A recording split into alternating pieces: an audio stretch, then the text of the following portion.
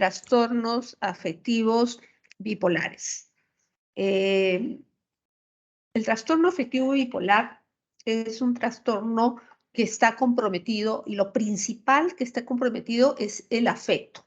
A raíz que el afecto está comprometido, se comprometen otras áreas como pensamiento y otras áreas de la parte del funcionamiento mental, de las funciones mentales superiores.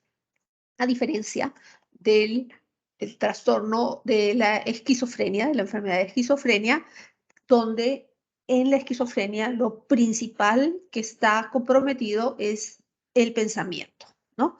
Entonces, acá lo principal comprometido es el afecto. Y el afecto puede estar comprometido en que baja y está muy decaído, que es depresión, o que puede estar aumentado y que puede estar muy acelerado, ¿no?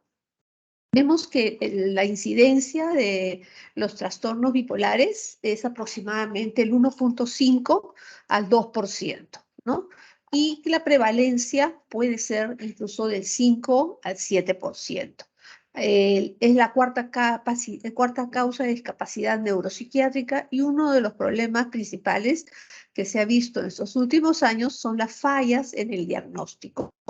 ¿Por qué? Porque este paciente puede tener un episodio depresivo que puede ser parte de un trastorno bipolar, o puede ser un cuadro depresivo nada más monopolar, ¿no? Entonces se ha visto en algunos estudios que hay cerca de 69% de estos pacientes tienen falla en el diagnóstico inicial. Entonces esto también complica para lo que es el tratamiento, ¿no? Si hay falla en el diagnóstico y entonces también en el tratamiento, puede haber algunas consecuencias que son bastante graves. Por ejemplo, que los pacientes bipolares, un 25 al 50% de ellos presentan intentos de suicidio, y se dice que aproximadamente entre el 10 al 15% de los pacientes bipolares se suicidan, ¿no? Entonces, esto también es importante para poder considerarlo. Por otro lado,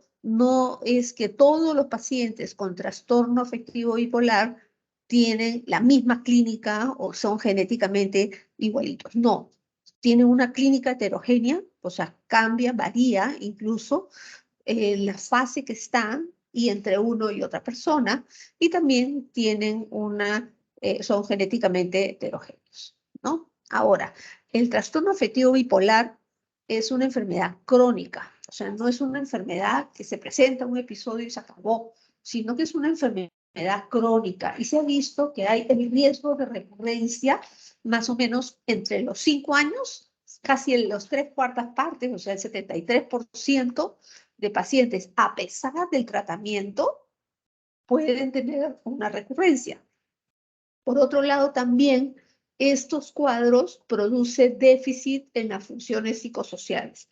Y estas alteraciones o déficit psicosociales pueden darse a pesar que el paciente se haya recuperado del episodio, puede quedarse a lo largo del tiempo, aun cuando se recupere el episodio inicial, ¿no? Hay estudios donde muestran, por ejemplo, que el 59% de los pacientes muestran todavía tener un compromiso en su funcionamiento, incluso 4 años y medio después de su internamiento. Y un pobre funcionamiento psicosocial, parecería que esto hace que predice que disminuye el tiempo de recurrencia y más rápido se vuelve a presentar otro episodio, ¿no? Y el trastorno bipolar o desorden afectivo bipolar no es muy reconocido o es subdiagnosticado, ¿no? Entonces, ahí, por ejemplo, hay algunos estudios que se han hecho para poder ver qué tanto se está haciendo el diagnóstico o no de una manera adecuada. Entonces, hay un estudio donde hicieron un tamizaje para los pacientes de un cuestionario de trastornos afectivos, ¿no? En una población de Estados Unidos, y encontraron que tenían un tamizaje positivo para el desorden bipolar tipo 1 y tipo 2, porque hay los dos tipos de desórdenes, 3.7%. Y de estos pacientes habían sido diagnosticados previamente por el médico como desorden bipolar solamente el 20%, o sea, la quinta parte, y había sido incorrectamente diagnosticado como depresión unipolar más o menos el 30%, y la mitad no había sido reconocido ni diagnosticado, ¿no? Y se ha visto que en varias encuestas que se han hecho a nivel global, los pacientes bipolares, para que puedan llegar o tener un diagnóstico correcto después que aparecen los síntomas, demoran aproximadamente 5.7, casi 7 años, casi 6 años, ¿no? También se ha visto que los pacientes están sintomáticos casi la mayor parte del tiempo, ¿no? Y que este es un estudio que se hizo en pacientes bipolares, 13 años, casi 12.8 años de seguimiento en 146 pacientes, y se vio que de estos pacientes el 53% de semanas durante todo ese tiempo de seguimiento estaban asintomáticos, pero había un 32% que tenían semanas de cuadros depresivos, un 9% semanas con cuadros maníacos o hipomaníacos. A ver, dentro del bipolar está un polo, es depresivo, es como si un disco tuviera las revoluciones muy lentas, disminuye se pone lenta la velocidad, entonces el paciente se deprime, y así como se deprime, sus pensamientos disminuyen en la velocidad, todo, la parte cognitiva, todo merma y todo disminuye, ¿no? Entonces, como que todo se lentifica, incluso la velocidad del pensamiento se puede lentificar. Ese es un polo. El otro polo es el cuadro maníaco, ¿no? El de aceleración. Eso es como si un disco le dan más revoluciones de las que debería tener y la persona está acelerada. Entonces, cuando está así acelerada, ¿qué pasa? Habla más rápido, sus pensamientos van más rápido, incluso puede ir más rápido de lo que está hablando. Entonces, cuando está hablando, su pensamiento ya está en otra cosa y está hablando y ya no se entiende por qué, porque su pensamiento va más rápido de lo que habla, tiene una hiperactividad, se siente el dueño del mundo, que puede hacer más cosas, ¿no? Eso es un cuadro maníaco. Cuando hablamos de hipomanía, es un cuadro hipomaníaco, es un cuadro de un poco de aceleración sin llegar al máximo de la aceleración, pero que el paciente está un poco aumentado en lo que es la aceleración también. Y este 6% se ha visto de pacientes que tienen semanas con cuadros mixtos. ¿Eso qué significa? Que no es solamente depresivo, ni tampoco solamente maníaco, sino que están mezclados y tienen los síntomas mixtos, ¿no? Y se ha visto que los pacientes que tienen síntomas mixtos, esto predice la persistencia o la recurrencia de los síntomas. Y se ha visto que eso en el 32% de los pacientes siguen enfermos al cabo de un año, ¿no? En los que tienen el episodio índice, que es cuando aparece el cuadro de depresión pura, un 22%, y los que inician con un cuadro de manía, un 7%. Acá están las 10 causas principales de los años vividos con discapacidad, ¿no? Y dentro de ellos están bastante de las enfermedades mentales, ¿no? Depresión bipolar, abuso de alcohol, esquizofrenia y el trastorno bipolar. Y se estima más o menos que 1 de cada 4 familias tiene por lo menos un miembro que sufre de alguna enfermedad mental o conductual. Y dentro de las enfermedades que causan los años de vida de discapacidad está la esquizofrenia, ¿no? Que causa el 4.9%, y luego vienen los desórdenes bipolares, que causan un 4.7%. La esquizofrenia, dentro de las enfermedades mentales, es un tipo de psicosis, y los trastornos afectivos bipolar, antes también se llamaba psicosis maníaco-depresiva. Cuando se ven cómo impactan los síntomas de un desorden bipolar en los pacientes, en la sociedad, en su trabajo, en su familia, vemos que hay algunos inconvenientes, ¿no? Por ejemplo, en el grupo de pacientes que tenía un tamizaje positivo para un desorden bipolar, se vio que en ellos un 54% habían sido despedidos o cesados alguna vez del trabajo, versus un 29% de los que no tenían un tamizaje positivo para cuadro bipolar. Entonces, vemos que aquí hay una diferencia estadísticamente significativa. Luego también, en lo que respecta a las interacciones en el trabajo, ¿no? Con un supervisor descontento con el trabajo o el comportamiento o la actitud que tiene el paciente. Entonces, aquí se ha visto que también un 48% de los pacientes con un tamizaje positivo para desorden bipolar tienen este tipo de comportamientos, conductas, ¿no? Y un 23%, comparado con un 23% de los que no tienen un tamizaje positivo para trastorno bipolar, ¿no? También en relación a los que hayan sido encarcelados, arrestados o acusados de algún delito, no consideran aquí el manejar bajo consumo de alcohol, ¿no? Entonces se ha visto que dentro de este grupo, un 26% de los que tienen tamizaje positivo han tenido ese tipo de problemas versus un 5% de los que tienen tamizaje negativo para desorden bipolar. Y aquí también en esta área es estadísticamente significativo. Ahora, si vemos que el cuadro bipolar tiene un episodio depresivo, un episodio maníaco, cuando hablamos de una remisión, que el paciente está bien, es cuando hay ausencia de los signos mínimos, o sea, es decir, que el paciente puede funcionar día a día. ¿Cómo se mide? Por ejemplo, si viene un paciente y tiene un cuadro depresivo, ¿cómo podemos decir nosotros si tiene depresión mejorado o no ha mejorado de la depresión? Nosotros utilizamos escalas que hacen que lo subjetivo en base a las preguntas se vuelva objetivo en lo que respecta a puntajes, ¿no? Una de ellas es la escala de Mathers, la escala de Montgomery-Åsberg para depresión. Esta escala debe tener un puntaje menor de 10 para poder decir que la persona no tiene depresión. Y esta otra escala de Young Manía Rating Scale, es una escala para medir lo que es la manía. Y esta escala, la persona debe tener un puntaje menos de 8 puntos, y entonces el paciente no tiene un episodio maníaco ni un episodio hipomaníaco. Esta escala también se pregunta y se observa las conductas de aceleración maníaca que tiene el paciente. Y hablamos de una recuperación cuando la persona lo tiene, no tiene la sintomatología, por lo menos por 8 semanas. Pero también vemos nosotros que hay muchos pacientes que tienen síntomas residuales, es decir, que no tienen todo el cuadro, todo el síndrome, pero sí tienen un cuadro subsindrómico. Estos cuadros que tienen síntomas residuales indican un riesgo de recurrencia.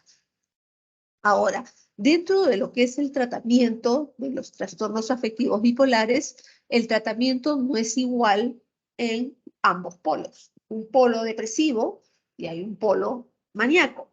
Y hay una época de mantenimiento, ¿no? Que es la etapa de el paciente tiene que tomar su medicación para que no presente ni la aceleración ni que se deprime. Entonces, los tratamientos son un poco diferentes en lo que respecta a los cuadros maníacos, que el paciente está acelerado, que hace demasiadas cosas, hiperactivo. Ahí se utiliza lo que es el carbonato de litio. Y ojo que el litio se da a los pacientes no porque le falte el litio. Ustedes pueden haber escuchado a muchas personas que dicen eso, incluso hasta profesionales, pero no es que se les dé el litio porque falta litio. Porque si le hacen un dosaje de litio a una persona con un cuadro bipolar que no toma litio y a otra persona que no tiene un cuadro bipolar, va a salir una cantidad mínima en los dos. El litio se da ¿por qué? Porque a determinada concentración en sangre, el litio hace que se estabilice el cuadro bipolar, que el cuadro maníaco disminuya y que se evita que se presente un cuadro depresivo. Y para esto se hace y se da el tratamiento con el litio en base a el dosaje que se puede hacer. no es tanto en base a los miligramos, porque hay pacientes que toman 3 tabletas de litio, otros toman 4 tabletas de litio, pero se mide el nivel sanguíneo en el cual se mantiene el litio. ¿Y por qué? ¿Por qué se mide el nivel sanguíneo? Se mide porque el litio tiene un periodo de ventana corta entre lo que es tóxico y lo que es efectivo. Entonces, por eso es que se mide para que no llegue a lo que son los niveles tóxicos. Por otro lado, si es que nosotros estamos dando una cantidad de litio al paciente y no está en el rango terapéutico, por gusto lo estamos dando porque no va a ser efectivo para el paciente. Y también se utilizan los anticonvulsivantes. El litio tiene varios efectos adversos, no siempre todos los pacientes lo pueden utilizar. Entonces, como segunda opción se utilizan los anticonvulsivantes, lo que se utiliza más es el valproato, también la carbamazepina y las oxcarbamazepina. Y luego también se utilizan los antipsicóticos y dentro de ellos los antipsicóticos clásicos y los antipsicóticos atípicos. Y en cuarto lugar, utilizamos también la terapia electroconvulsiva, ese es el electroshock. La electroconvulsivo terapia es un tratamiento en el cual se le produce al paciente una convulsión. Anteriormente, en la historia de la psiquiatría, se vio que al momento de darle al paciente o que el paciente tenga una convulsión, después como que las membranas de las células y los neurotransmisores como que se alineaban y bajaban lo que es la agresividad también. Entonces, ¿qué se ha hecho? Se utilizó con la insulina, produciendo hipoglicemia en las personas y la hipoglicemia producía lo que es la convulsión. Pero eso es un tratamiento bastante riesgoso, ¿no? Porque se inyectaba la insulina, producía la convulsión, pero en hipoglicemia hay bastante riesgo para el paciente. Entonces, de ahí los italianos Hugo Cerletti y Vini descubrieron que podían producir también la convulsión en los pacientes utilizando electricidad. Y para eso armaron y construyeron un equipo y el equipo pasa lo que es la electricidad, no es la corriente normal de nosotros de 240, sino es a 110 nada más la intensidad y pasa 0.3 o 0.4 de segundo y se pasa la electricidad a nivel de la zona frontal del paciente y esa pasada de electricidad mínima por poco tiempo hace que el paciente presente una convulsión. Como verán, eso es mucho menos riesgoso que inyectar pues, una insulina que puede producir una hipoglicemia. Entonces, en la terapia electroconvulsiva es producir una convulsión al paciente asistida, ¿no? En el cual no se ponga en riesgo y actualmente se utiliza con anestesia y el paciente no lo siente, se produce la convulsión y el paciente sí. Es muy efectiva para tratamiento del cuadro depresivo, para tratamiento de pacientes que están con riesgo inminente de suicidio, ¿no? Y también para pacientes que tienen cuadros maníacos que están en agitación psicomotriz. Entonces, acá en este gráfico está lo que es cómo serían los tratamientos del desorden bipolar de acuerdo a la fase, ¿no? Entonces, aquí vemos si el paciente, este gráfico más o menos es lo que realmente graficamos con respecto a el ánimo, ¿no? Entonces, si el afecto del paciente esta línea sería el umbral o el normal o eutimia, también que se llama, donde estaría el paciente que no tiene ese tipo de alteración.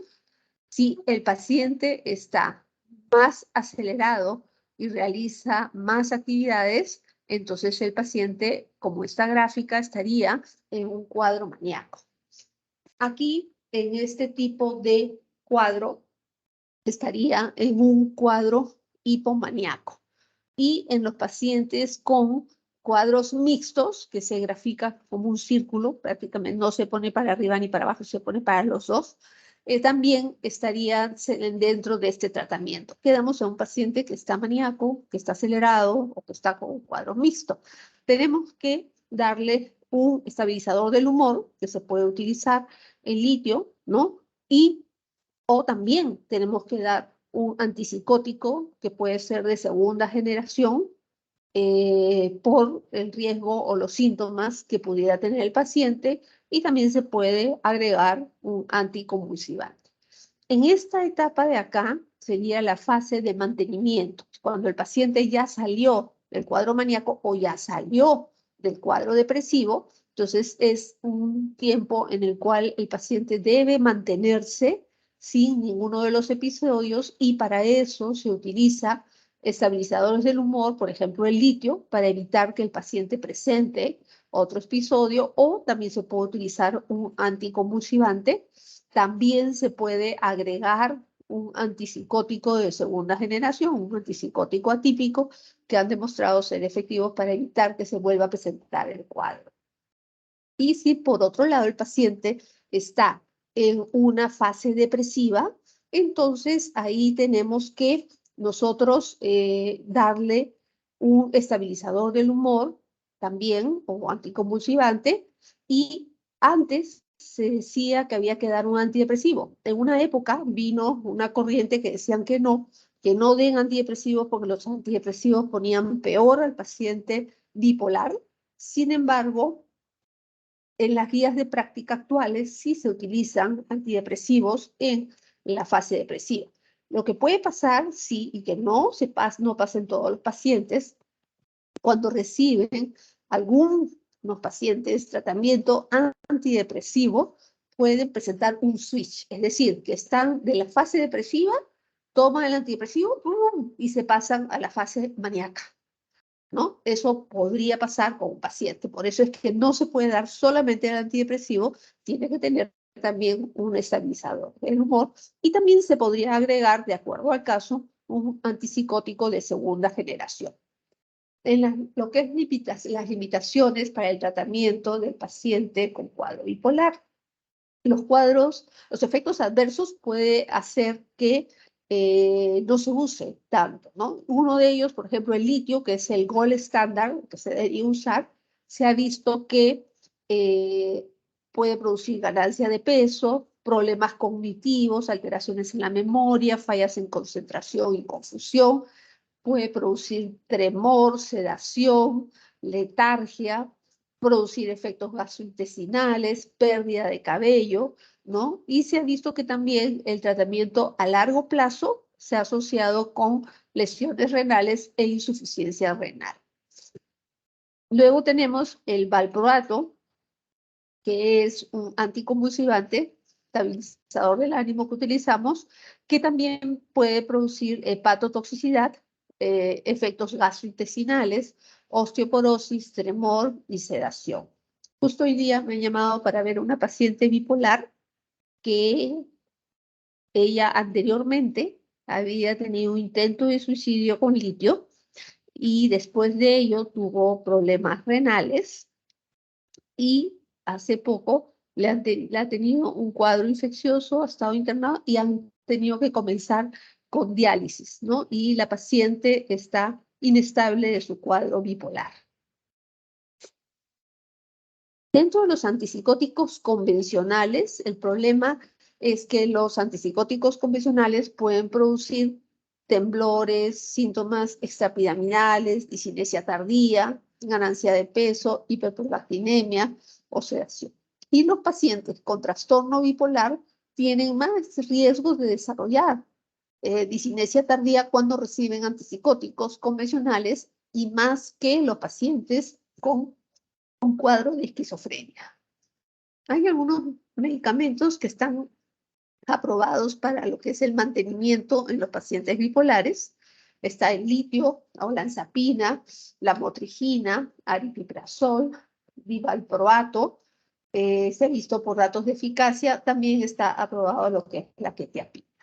Y dentro de los medicamentos que se utilizan para pacientes bipolares está lo que es la carbamazepina, que se utiliza en el episodio maníaco y mixto. Está la lamotrigina, que se utiliza como mantenimiento y también se está utilizando en fase depresiva, pero no solo, sino acompañado de otro medicamento. El litio, que se utiliza en la fase maníaca, en la fase de mantenimiento. El aripiprazol es un antipsicótico atípico, se utiliza en los cuadros maníacos, en cuadros mixtos, en la fase de mantenimiento. La ciprasidona se utiliza en los cuadros maníacos mixtos. La risperidona se utiliza también en cuadros maníacos mixtos. La risperidona es un antipsicótico atípico, de lo más antiguos de los atípicos, pero que tiene un buen perfil y que no es tan caro. La quetiapina se utiliza en los cuadros maníacos, también se utiliza en los cuadros de depresión. Se puede utilizar en mantenimiento, pero no solo, ¿no? La clorpromacina es el antipsicótico más antiguo, pues, ¿no? Que se descubrió, lo que es el Largactil. Entonces, este antipsicótico también se utiliza en los cuadros maníacos, que el paciente está muy acelerado.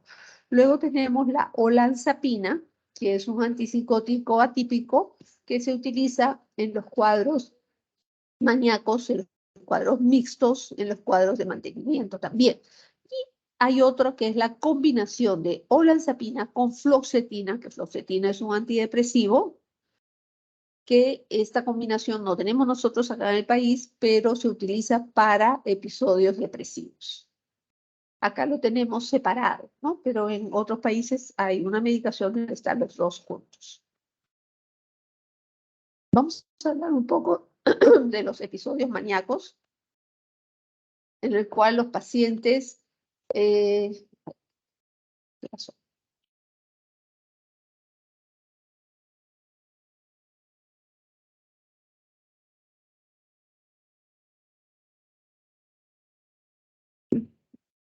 Los pacientes con episodios maníacos.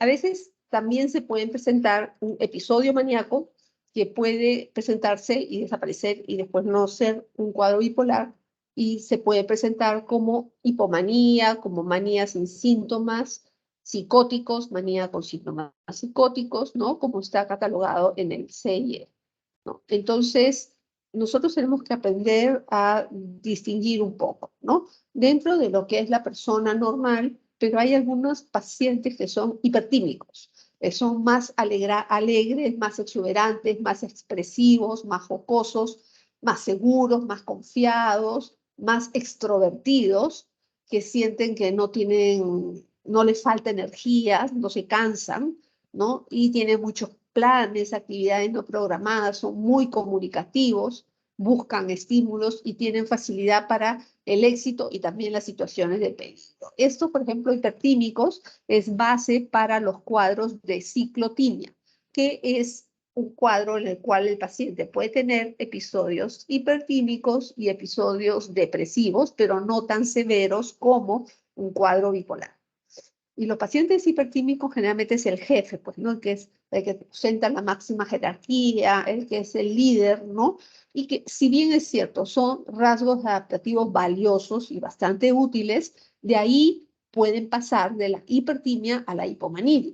Entonces, en la hipomanía ya pueden ser demasiado sociables, buscan compañías, aumento del deseo sexual, así como le aumenta el ánimo, aumenta el pensamiento, también aumenta lo que es el deseo sexual y pierden lo que es la noción de ciertas normas, ¿no? Ya no les interesa hacer algunas actividades, tienen desinhibición, despreocupación y también disminuye la necesidad de dormir. Tienen excesos de proyectos y actividades, ¿no? Entonces, aquí vemos cómo de la hipertimia va a pasar a la hipomanía, que todavía no sería un cuadro maníaco, porque el episodio hipomaníaco no, generalmente no es internado. ¿Por qué? Porque tiene poco tiempo, tiene que tener un tiempo de que el ánimo esté elevado, pero es menos intenso que el cuadro maníaco, ¿no? Y es observable por los demás. Generalmente la persona no se da cuenta o piensa que está bien, se siente bien, pues hace más actividades, haciendo más cosas, no deterioro laboral, no deterioro social, no tiene psicosis y no necesita ser internado en este episodio, ¿no? Ahora, también nosotros tenemos que descartar un cuadro bipolar si es que este episodio hipomaníaco o este episodio depresivo sea secundario a una enfermedad médica o también puede ser secundario a consumo de sustancias. Hay sustancias que hacen que la persona se acelere o a otras que hacen que se aletargue. Entonces tenemos que descartarlo de ello. Y de ahí ya hablamos de un episodio maníaco. Estos episodios maníacos pueden tener un curso crónico, pero también pueden ser episódicos, tener algunos momentos y después desaparecer. Es menos frecuente que la manía bipolar. Tiene cierta base genética, se presenta entre los 20 a 50 años y la persona tiene que tener el ánimo elevado más de 7 días. Y dentro de las alteraciones cognitivas está, por ejemplo, la taquiciquia, que piensan más rápido, aumento de la actividad, taquicinesia, y sienten que ya no tienen necesidad de dormir. Y a pesar que no duermen, sienten que tienen energía para hacer sus actividades. Ya cuando está en el episodio maníaco puede haber un deterioro laboral o social, ¿no? Entonces ya puede haber cierto compromiso en su trabajo y generalmente se pueden internar si es que presentan cuadros de psicosis con alucinaciones o cuadros delusivos o que tengan una desorganización conductual, ¿no? Yo les voy a contar un caso. Cuando yo estaba de residente había un paciente que era un paciente bipolar, era un ingeniero que había estudiado en la UNI, muy hábil, de origen asiático, y este paciente tenía episodios maníacos, episodios hipomaníacos y episodios depresivos, ¿no? Entonces, este paciente en unos episodios hipomaníacos hacía empresas, ¿no? Hacía una empresa, otra empresa, y le iba muy bien, y ganaba muy bien, tenía su familia, tenía una empresa, otra empresa, pero cuando ya este episodio hipomaníaco fue más allá y fue a un cuadro maníaco, este paciente ya no hacía y organizaba las cosas como para que le vaya bien, sino que ya comienza a ver desorganización, deterioro laboral. Entonces se le ocurrió hacer una empresa que tenía varias empresas. Una de ellas decía que iba a hacer una limpieza exhaustiva en las casas y se le había ocurrido que tenía que limpiar con cepillo de dientes todos los bordes de los cuartos para que no haya ninguna contaminación de cucarachas ni nada, y ya, eso a la hora de la hora se fue su empresa y no fue más, ¿no? Entonces, esto fue un episodio hipomaníaco. Ese mismo paciente, en otra oportunidad, me llamaron para verlo en una emergencia que estaba en traumatología, ¿no? Entonces fui a verlo por interconsulta y estaba en una fase depresiva, todo lo contrario. El paciente estaba en una fase depresiva y el paciente sentía o quería morirse. Y el paciente había intentado suicidarse y él me decía, doctora, estoy tan mal que ya no sirvo ni siquiera para matarme. Entonces él me comentó que él, bueno, vivía en un cuarto piso, entonces en el cuarto piso decidió y dijo, bueno, ya me voy a matar. Y entonces agarró y se colgó con una soguilla, algo al foco de su cuarto y se cayó todo el cordón del foco, todo. Entonces, no puedo hacer. Entonces, agarró y vio que tenían esos adornos, esas flechas que tienen de adornos que traen de la selva. Entonces, puso la flecha contra la esquina de la pared y el piso, y él se tiró encima como para que le hinquen y le corte entre la flecha por el estómago y se muera. Pero esas flechas son tipo adornos, pues entonces no entró, ¿no? Entonces, uy, ¿qué cosa hago? Agarró y dijo, me cortaré. Y se cortó, pero se cortó y se cortó donde estaban los tendones, pero no salía sangre. Entonces, ay, no, qué desesperación, no sé, ya no puedo hacer nada. Entonces agarró y abrió la ventana del cuarto piso y se tiró. Entonces, él se tiró, pero para buena suerte, él no se murió, para mala suerte que él decía que no se podía matar. Justo debajo de esa ventana había un jardín que lo habían quitado toda la mala hierba. En esa semana le habían estado quitando la mala hierba y estaba todo fofo, ¿no? O sea, como un montículo de tierra fofa y el paciente cayó ahí. Por supuesto, se fracturó la cadera, ¿no? Llamaron por eso, por traumatología, porque el paciente, bueno, fue intervenido de la cadera, de todas las alteraciones, politraumatizado, pero el paciente estaba en el cuadro depresivo y quería matarse. Entonces teníamos que manejar el cuadro depresivo y evitar riesgo de que el paciente vaya a hacer algo para hacerse daño, ¿no? Entonces, ese más o menos es lo que les comento, un cuadro de un paciente bipolar, ¿no? Bueno, estos cuadros maníacos tampoco no deben ser secundarios a enfermedades médicas ni a consumo de sustancias. Entonces, nosotros cuando vemos un paciente que tenga un cuadro maníaco, tenemos que ver, a ver, ¿cómo hacemos el diagnóstico? Muchos piensan que el diagnóstico se hace con un examen o de laboratorio y algo así, y eso no es así. De laboratorio es... no nos va a dar el diagnóstico de depresión y de cuadro maníaco. Los exámenes auxiliares que podríamos utilizar, ¿cuál sería? Esa escala para ver la conducta, ¿no? En la manía de Young, para ver cómo está el paciente, si tiene criterios para tener el diagnóstico de un cuadro maníaco, ¿no? Entonces, dentro del tratamiento, como ya habíamos visto antes, el tratamiento es dar un eutimizante o estabilizador del ánimo. Ojo, si el paciente está psicótico fuera de la realidad o es un riesgo, tenemos que darle una medicación antipsicótica. Puede tener ansiedad, inquietud, se le podría dar. Y algo que es muy importante es la psicoeducación, porque el paciente tiene que saber que él tiene que tratarse, y no solamente él, sino también la familia, porque si el paciente se está acelerando, él no va a ir a buscar ayuda, porque él se va a sentir perfecto, dueño del mundo, muy bien, pero el familiar es el que se da cuenta. Entonces, esto hay que educarle al paciente que pueda tener una opinión de familiar y también que él mismo se vaya dando cuenta los primeros síntomas, ¿no? Primero cuando falta el sueño, ¿no? Y ya hay alguna alteración del sueño. Entonces, dentro del trastorno bipolar es cuando hay alternancias que donde puede presentar el paciente episodios depresivos y episodios maníacos, ¿no?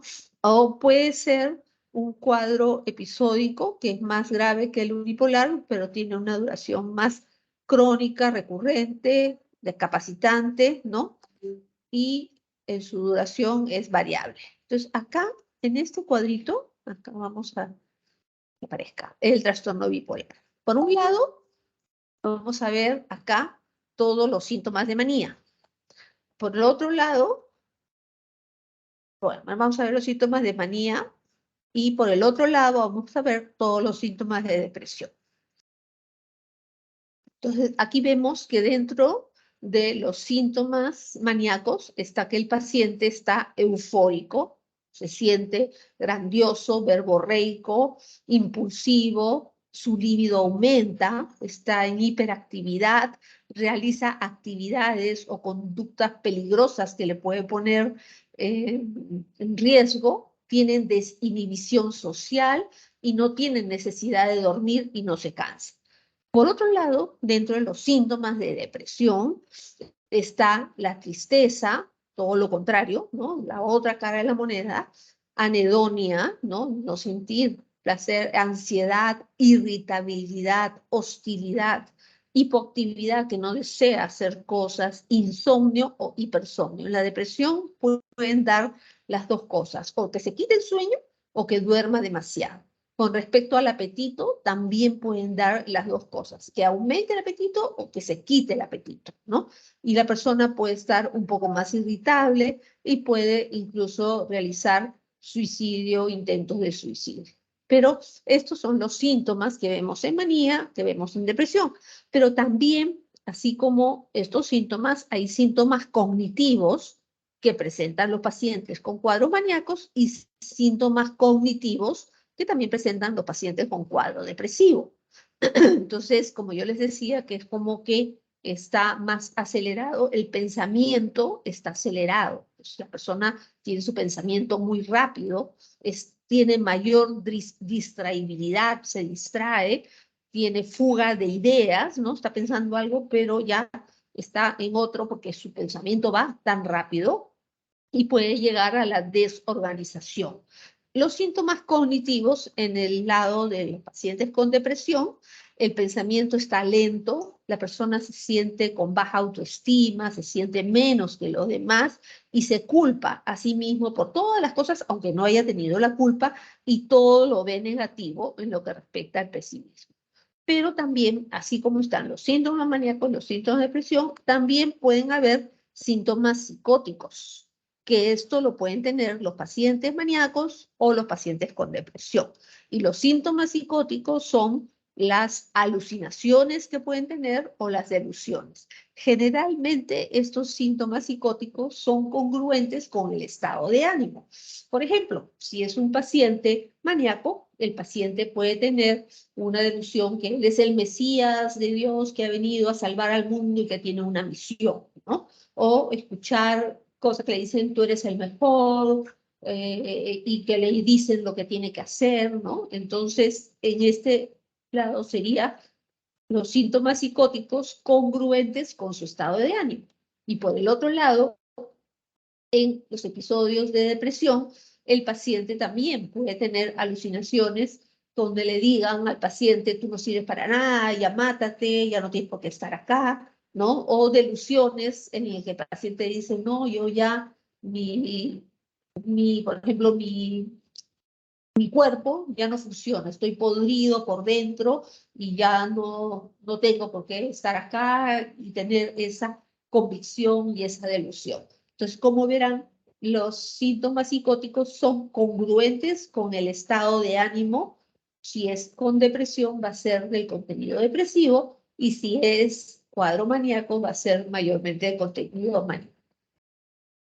Entonces, dentro de los episodios, hay los episodios maníacos, en que la persona se siente Superman, ¿no? Que tiene fuerza en mundo y puede hacer todo. Está por el otro lado el episodio depresivo, y tenemos el episodio mixto, donde tiene síntomas de los dos episodios. Nosotros hemos visto que en la historia la manía, ¿no? Y la melancolía se observaron desde el año 150 a.C. en un mismo paciente, ¿no? Luego le llamaron locura circular o locura doble forma, ¿no? Ha seguido con una serie de nombres, ciclotimia en grupo de enfermedades circulares, locura maníaco-depresiva, trastorno bipolar 2, depresiones, psicosis no esquizofrénica, ¿no? Espectro bipolar, ¿no? Bipolar 1, 2, ciclotima, ciclado de radio, ¿no? Entonces, dentro de lo que nosotros hablamos más del espectro bipolar, porque es bastante amplio y, como les dije, que no todos los cuadros bipolares son iguales en lo que respecta a la parte clínica, ¿no? Son heterogéneos, ¿no? Entonces, aquí, por ejemplo, antes se hablaba de lo que era esquizobipolar, ¿no? Bipolar 1, 1, 2, después bipolar 1, que son cuadros, el paciente presenta cuadros maníacos y episodios depresivos. Y el paciente con un cuadro bipolar 2 presenta hipomanía, o sea, no llega a presentar cuadros maníacos, y cuadros depresivos. Luego, depresión también con temperamento, con cambios de temperamento, depresiones con hipomanía inducida, ¿no? Son varios líneas de lo que es el espectro.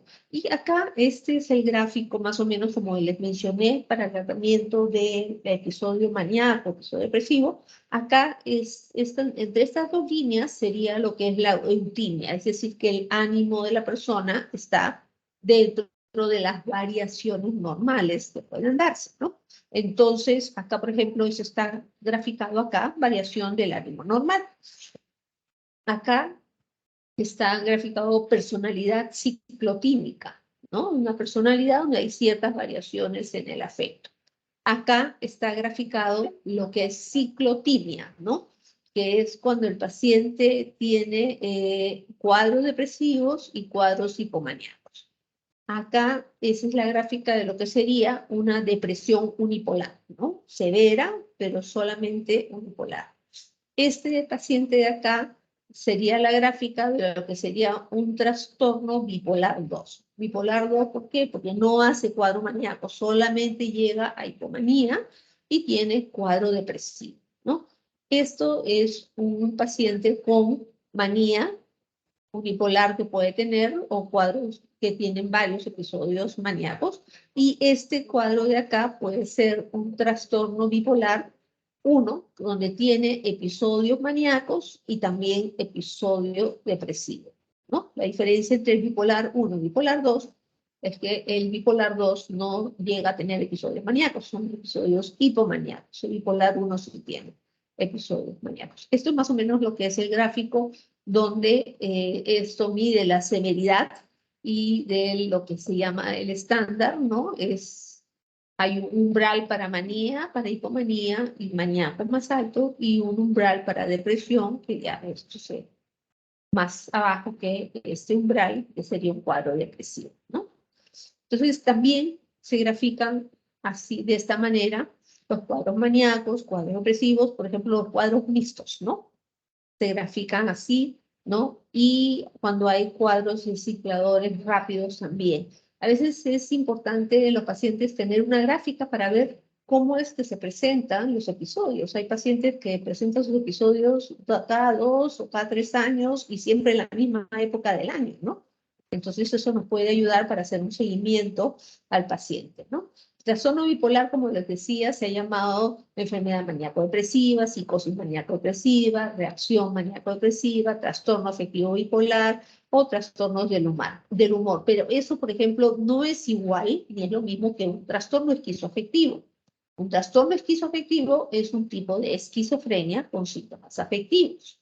Y tampoco es igual que un trastorno por déficit de atención con hiperactividad, tampoco con trastorno límite de la personalidad, tampoco es abuso de sustancias o tampoco un trastorno afectivo orgánico, donde hay una lesión o alguna alteración orgánica que haya producido este tipo de cuadro.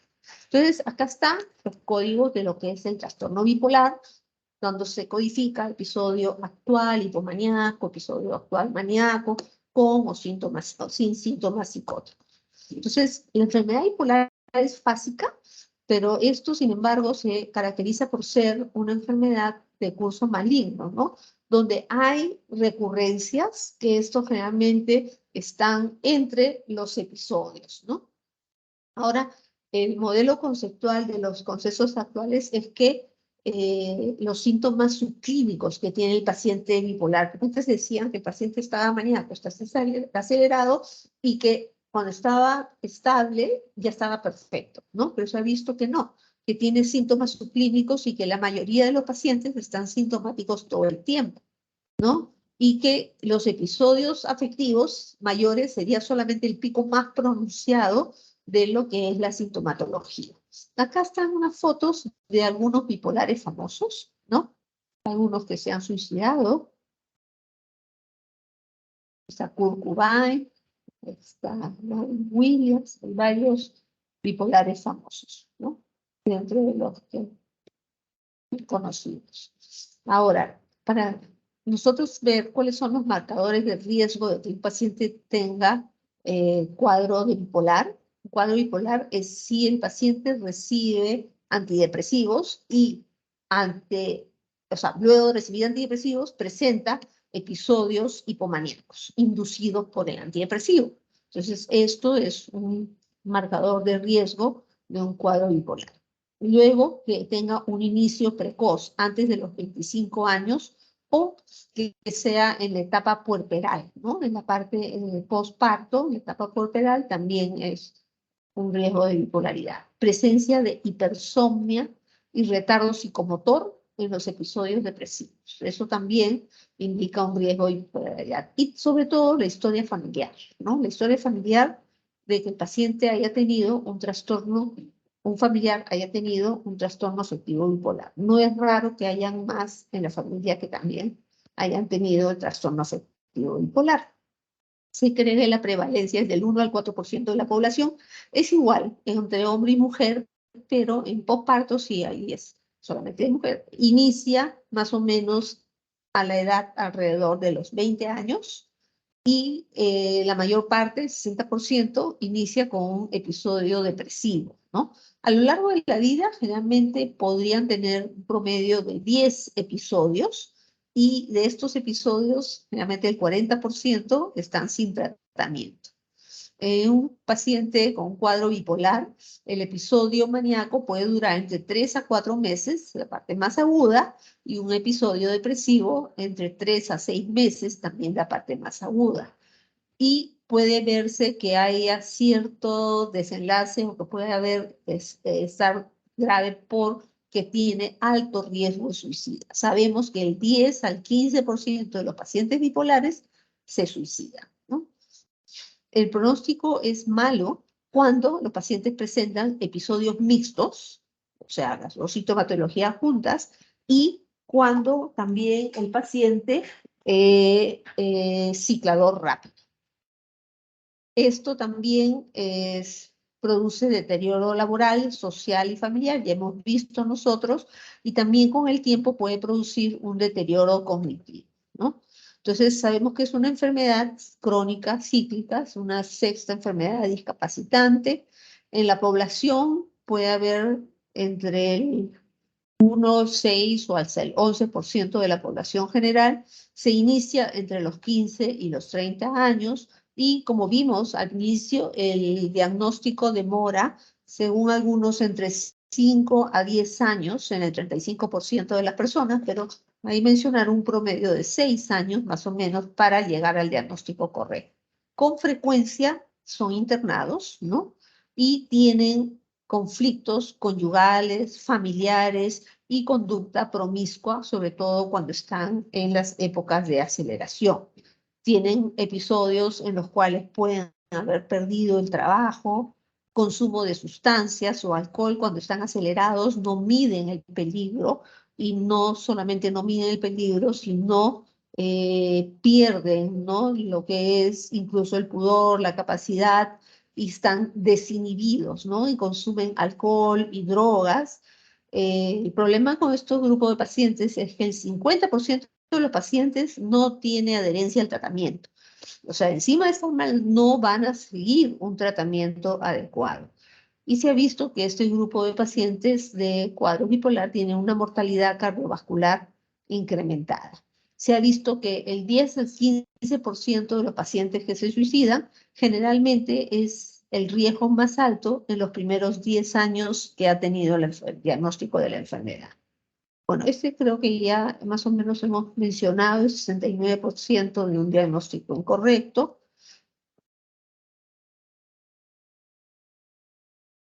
Y se ha visto que muchas veces cuando se han hecho los diagnósticos para lo que son diagnóstico de depresión y trastorno bipolar, en depresión, por ejemplo, puede haber habido un 60% de fallas en diagnóstico, ansiedad, esquizofrenia, y solamente una tercera parte de los pacientes bipolares tienen un diagnóstico inicial correcto. ¿Qué cosa hace que no se llegue al diagnóstico, que fomente que nos equivoquemos y que no se llegue al diagnóstico? Uno, que la fenomenología es limitada, porque en los sistemas de clasificación no está tan claro toda la fenomenología. Los clínicos minimizan los síntomas atenuados. O sea, cuando hay síntomas atenuados, los clínicos dicen, ok, ¿no? Los síntomas hipomaníacos causan menos sufrimiento, entonces pueden pasar por alto, ¿no? Y los síntomas maníacos atenuados pueden ser vistos socialmente aceptables, y no se considera todo el espectro de los pacientes que pudieran tener un cuadro bipolar, ¿no? Ahora, para evitar el diagnóstico erróneo de un paciente con síntomas depresivos, primero, ¿qué tenemos que hacer? Investigar si el paciente ha tenido episodios maníacos o episodios hipomaníacos antes. preguntarle al paciente. Investigar también la historia de bipolaridad en la familia, si hay familiares que tengan o que no hayan tenido cuadro bipolar. Y otra cosa más que es importante es involucrar a personas significativas en el proceso de la evaluación, porque el paciente nos puede decir que está bien, pero si no hay otras personas significativas, entonces esas otras personas no van a poder darnos los datos de lo que están viendo, ¿no? Entonces, hay varios factores, ¿no?, que tienen que ver con la etiopatogenia. En los factores genéticos se ha visto que no es un solo gen, sino que son varios genes. Hay una poligenicidad que podrían estar relacionadas. Hay factores biológicos como alteraciones en los neurotransmisores, ¿no? Que es serotonina, noradrenalina, dopamina, acetilcolina, glutamato y también en neuropéptidos. Y también se ha visto que dentro de los factores biológicos hay bastante comorbilidad en lo que respecta a hipotiroidismo con depresión y también accidentes cerebrovasculares y traumatismos encefalocranianos, tumores cerebrales, epilepsia, Cushing, uremia y VIH, ¿no? También posoperatorios, TOC, se ha visto bastante de estos cuadros de comorbilidad, ¿no? Dentro de los medicamentos, hay medicamentos que pueden inducir estos episodios, ¿no? Los corticoides, los antidepresivos, puede hacer que presente la persona aceleración, los anabólicos, ¿no?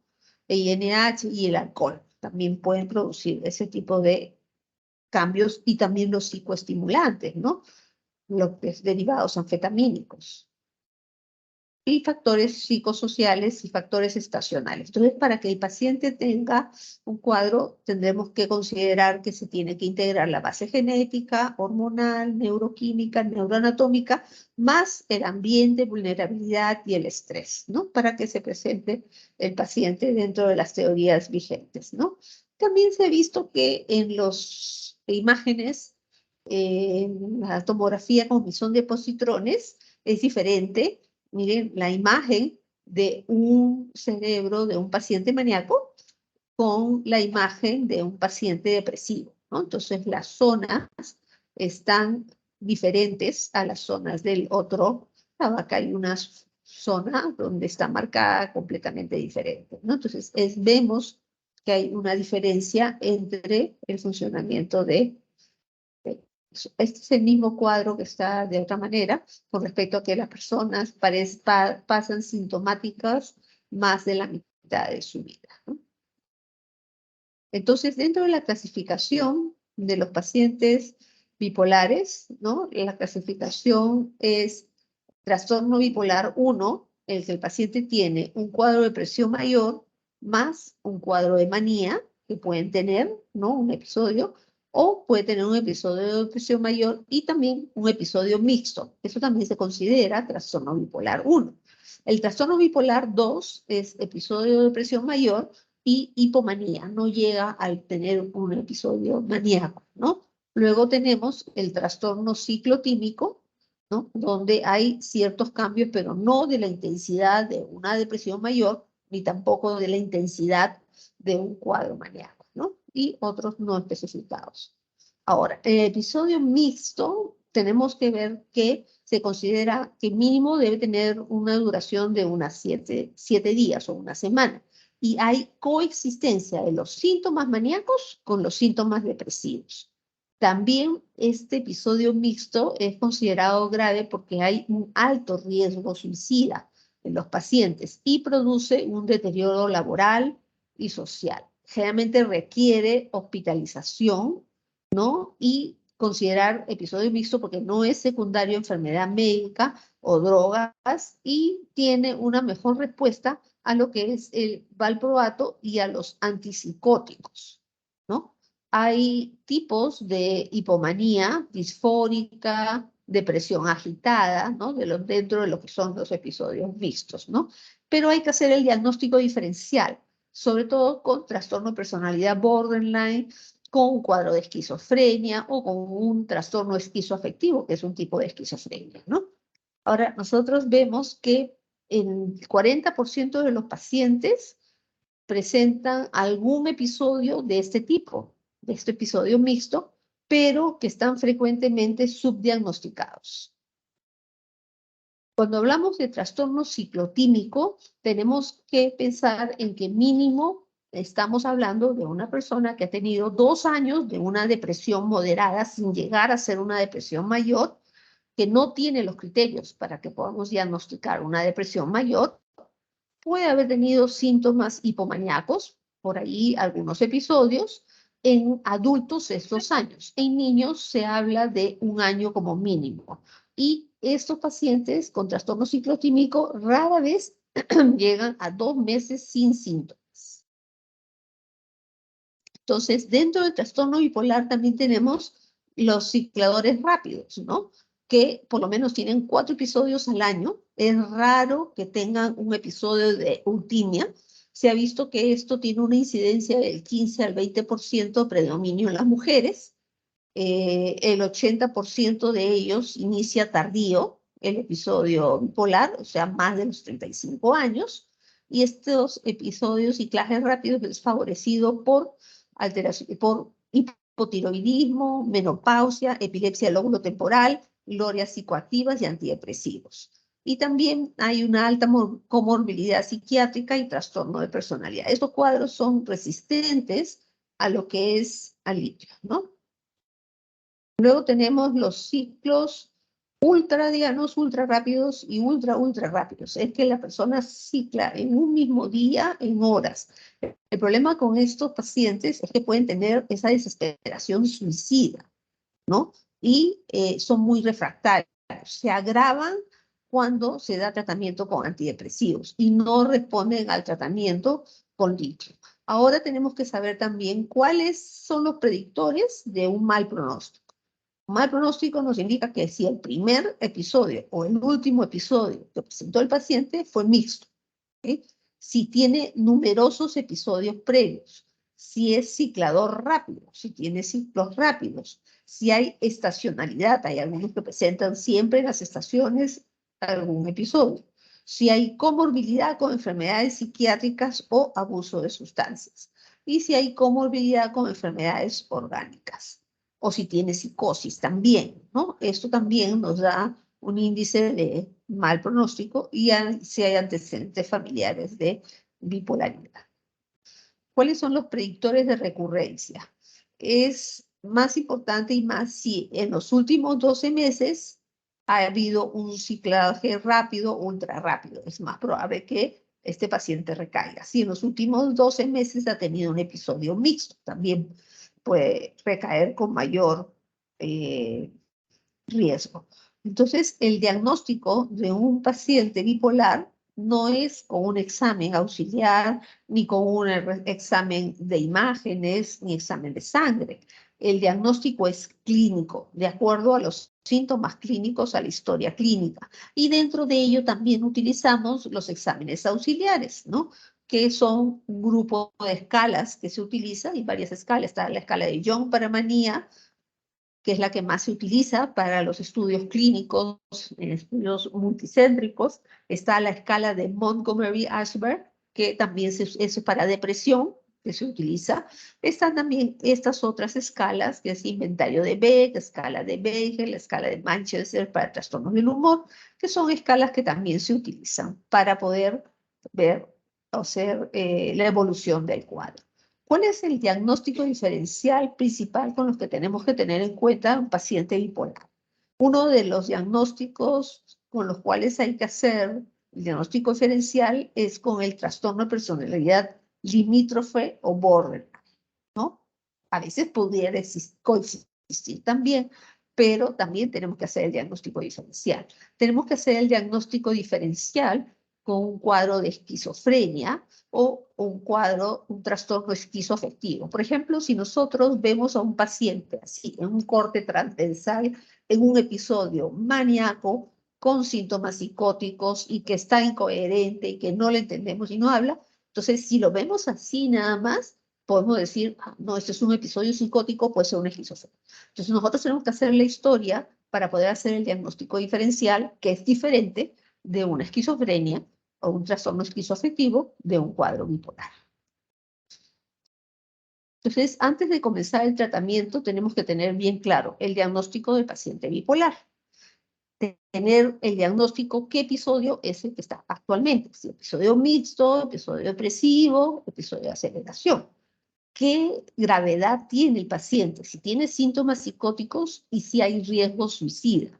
Y tenemos que ver en el marco evolutivo cómo es que el paciente ha ido en el tiempo y por otro lado también garantizar el cumplimiento del tratamiento a través de los familiares también o con el paciente, ¿no? Hacer lo que es la psicoeducación, el diagnóstico de comorbilidades también, ver si hay otros cuadros que pudieran incrementar o empeorar el cuadro bipolar, ¿no? Entonces, el tratamiento principalmente es el eutimizante, tratamiento con antidepresivo o antipsicótico, depende de lo que pueda requerir el paciente, la terapia electroconvulsiva, que ya les expliqué, y la psicoeducación, ¿no? Esto es importantísimo para el paciente, sobre todo para poder detectar cuándo está iniciando el episodio y poder tratarlo inmediatamente antes que el paciente avance a un episodio maníaco más acelerado, ¿no?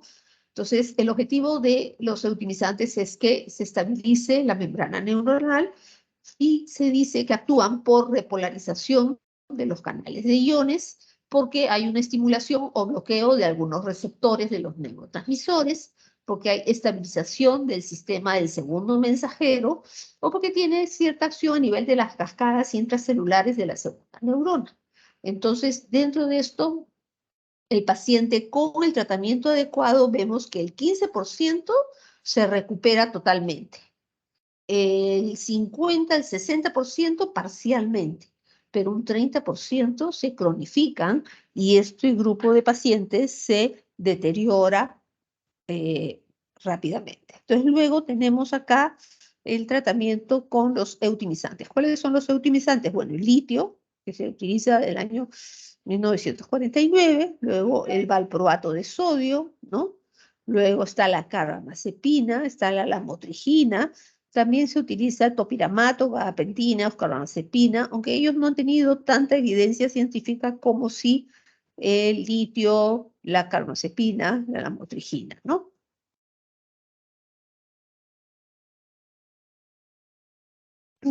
Ahora, los efectos secundarios, todos estos producen efectos secundarios. El valproato hace que el paciente pueda tener pérdida de cabello, problemas gastrointestinales, sedación, temblor, ganancia de peso. Sobre todo hay que tener cuidado en las mujeres que están en edad fértil, porque como son bipolares, pueden no medirse y no cuidarse y quedar embarazadas, y el valproato tiene alto nivel de teratogenicidad, ¿no? Tenemos la carbamazepina, que puede dar sedación y coordinación, pero también puede dar alteraciones en la sangre, ¿no? Como leucopenia, fatiga o problemas gastrointestinales, las reacciones dérmicas como exantema también puede dar, ¿no? El topiramato, que puede dar parestesias, pérdida de peso, puede producir dificultades cognitivas, inestabilidad, ataxia, cefalea, miopía, incluso cálculos renales. Y la lamotrigina, que también puede producir cefalea, ataxia, exantema, temblores y diversas molestias. El tratamiento es básicamente con litio, ácido valproico. Si es un episodio depresivo, se utiliza la lamotrigina, puede usarse carbamazepina, oscarbamazepina. Hay pacientes, por ejemplo, que tienen compromiso de su función renal. Entonces ellos no van a ser candidatos para utilizar litio. Entonces podría reemplazarse, utilizarse por el ácido valproico o la carbamazepina. También dentro de los antipsicóticos atípicos que utilizamos está la olanzapina, la quetiapina, pero también en la fase aguda, por ejemplo, el haloperidol, el paciente está agitado, maníaco, se puede utilizar el haloperidol y también se puede utilizar estos antipsicóticos atípicos en mantenimiento, ¿no?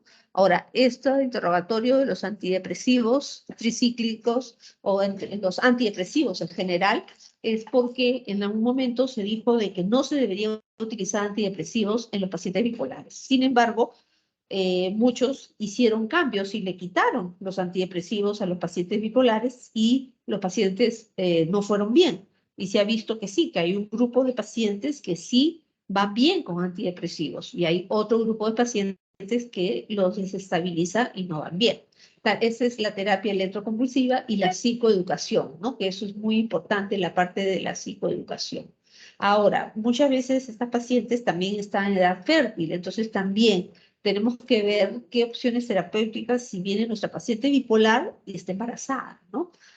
Entonces, si la paciente tiene un trastorno bipolar leve o moderado, tenemos que ver si es que la paciente va a quedar embarazada, ver si se puede suspender el medicamento antes del embarazo, ¿no? Sobre todo si es el ácido valproico, medicamento teratogénico, ¿no?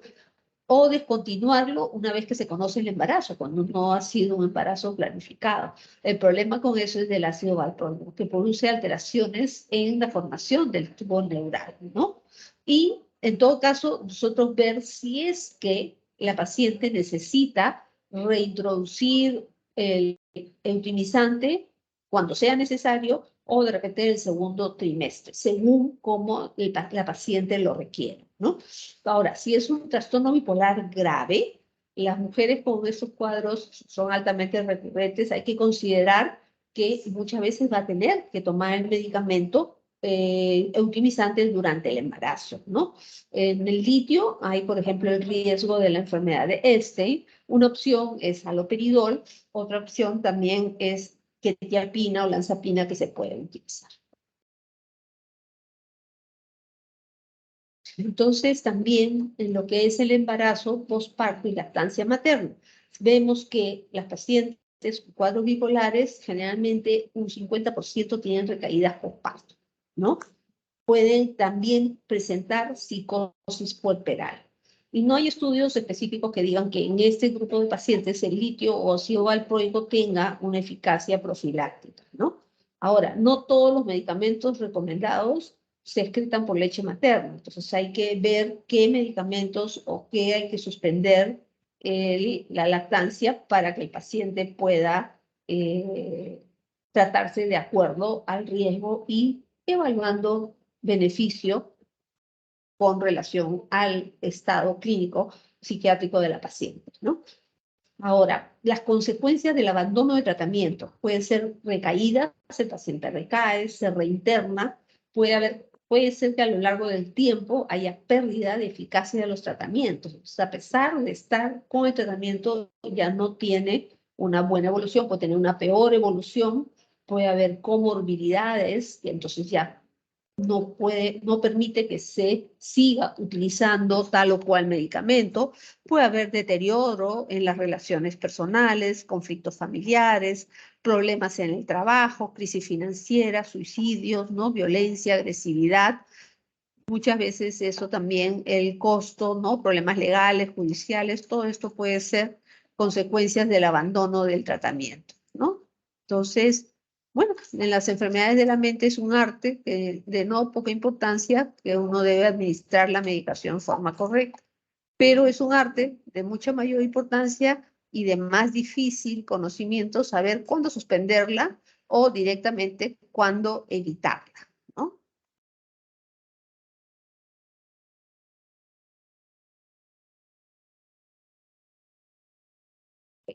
Creo que con eso terminamos la clase teórica, ¿no? La próxima reunión nos toca jueves también.